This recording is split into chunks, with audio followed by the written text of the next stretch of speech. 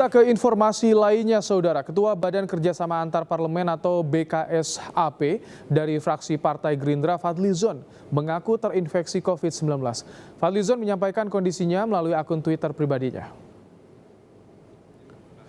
Meski positif terpapar COVID-19, Fadli mengatakan dalam kondisi baik. Ia juga menyebut hal yang dialaminya menunjukkan bahwa COVID-19 benar-benar nyata.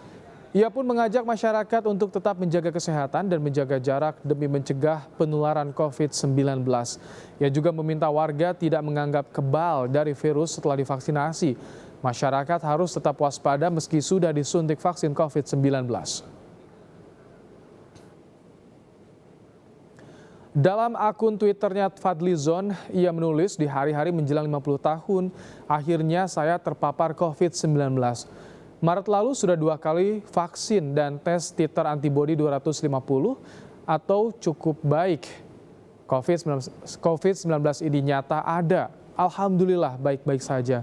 Mari waspada, jaga kesehatan, jaga jarak, jaga imunitas tubuh. Mohon doanya.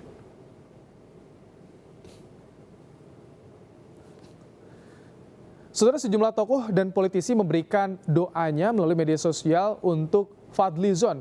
Kami hadirkan kepada Anda beberapa di antaranya Wakil Ketua MPR RI yang juga Wakil Ketua Majelis Syuro PKS Hidayat Nur Wahid yang ikut menulis, ikut prihatin dan mendoakan semoga Pak Fadlizon lekas kembali sehat, kuat, walafiat dan selamat. Juga untuk warga lain yang terpapar COVID-19, amin ya Allah, ya Syafi, ya Robbal Alamin. Kemudian juga ada Fahira Idris. Saya doakan semoga Uda Fadlizon dilimpahkannya kesabaran dan kesembuhan. Ya Allah, hilangkanlah penyakitnya, sembuhkanlah Engkau Maha Penyembuh. Tiada kesembuhan kecuali penyembuhan-Mu. Kesembuhan yang tidak menyisakan penyakit. Yang juga memberikan semangat Ibu Susi Pujiastuti, semoga lekas sembuh. Pak, itu dia sejumlah tokoh yang menyampaikan semangat dan juga mendoakan kesehatan bagi Fadlizon. Sementara itu Wakil Ketua Umum Partai Gerindra bidang advokasi Habibur Rahman mengatakan Fadli dirawat di rumah sakit untuk memaksimalkan pemulihan. Kondisi beliau stabil, namun demikian memang beliau dirawat di rumah sakit supaya bisa maksimal pemulihannya. Kita doakan saja supaya beliau segera pulih. Setahu saya beliau tidak ada penyakit bawaan. Ini yang disampaikan Habibur Rahman seperti yang kami kutip dari laman kompas.com. Untuk mengetahui informasi terkini, sudah ada jurnalis Kompas TV Diana Valencia dari gedung DPR RI Senen, Jakarta. Selamat petang, Diana. Sejauh ini informasi apa yang Anda peroleh soal kondisi kesehatan Fadlizon, Diana? Ya, selamat petang Ibrahim dan juga saudara. Benar sekali, memang Ketua Badan Kerjasama Antar Parlemen ataupun BKSAP Fadlizon ini terkonfirmasi positif COVID-19 dan kabar ini pertama kali diunggah oleh dirinya sendiri melalui akun media sosial Twitternya per 30 Mei 2021 lalu.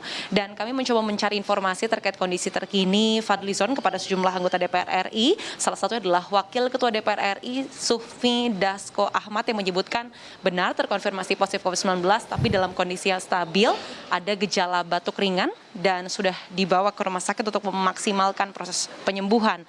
Dan hal ini juga turut dibenarkan oleh anggota Komisi 3 DPR RI Habibur Rahman sekaligus politisi Partai Gerindra yang menyebutkan memang sudah dirawat di rumah sakit tetapi sekali lagi kondisinya sehat walafiat. Kemudian kami juga mencoba mencari tahu karena sebelumnya dalam beberapa minggu terakhir Fadlizon ini juga sempat melakukan kunjungan kerja dan juga aktivitas di gedung DPR RI sehingga bagaimana sekiranya kontak tracing yang sudah dilakukan. Kami mencoba menanyakan hal ini kepada Sekretaris Jenderal dari DPR RI Indra Iskandar yang menyebutkan tracing sudah dilakukan terutama kepada tenaga ahli dan juga kepada anggota DPR yang melakukan kunjungan kerja ataupun kundapil bersama Fadlizon dalam beberapa minggu ataupun setidaknya dalam 2 minggu terakhir. Dan informasi terakhir yang kami dapatkan memang ada sejumlah tenaga ahli yang terkonfirmasi positif COVID-19 tetapi tidak disebutkan secara rinci berapa jumlahnya karena saat ini masih dalam proses tracing sehingga nantinya akan diumumkan begitu, tapi sekiranya proses tracing sudah dilakukan. Dan kalau soal penyemprotan disinfektan memang sudah secara rutin dilakukan, tapi dalam waktu dekat ini belum ada informasi sekiranya kapan penyemprotan disinfektan, terutama ruang yang sempat didiami ataupun dilintasi oleh Fadlizon sendiri akan dilakukan disinfektan. Dan berdasarkan informasi juga yang kami terima dari Indra Iskandar, selaku Sekjen DPR RI menyebutkan berpotensi ataupun diduga Fadlizon terpapar COVID-19 ini dikarenakan melakukan kundapil ataupun kunjungan kerja ke beberapa daerah.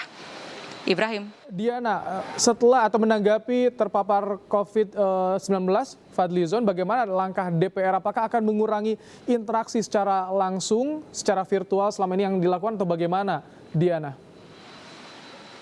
Ya, sejauh ini belum ada langkah ataupun tidak ada perubahan-perubahan ataupun adaptasi yang dilakukan, karena memang tentu sudah ada pembatasan mereka yang hadir rapat secara langsung ataupun secara virtual guna meminimalisir mereka yang hadir langsung begitu ketika rapat berlangsung.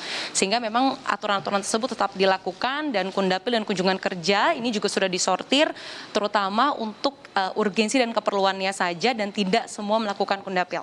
Ibrahim. Baik, terima kasih. Diana Valencia melaporkan langsung dari gedung DPR di Senayan, Jakarta.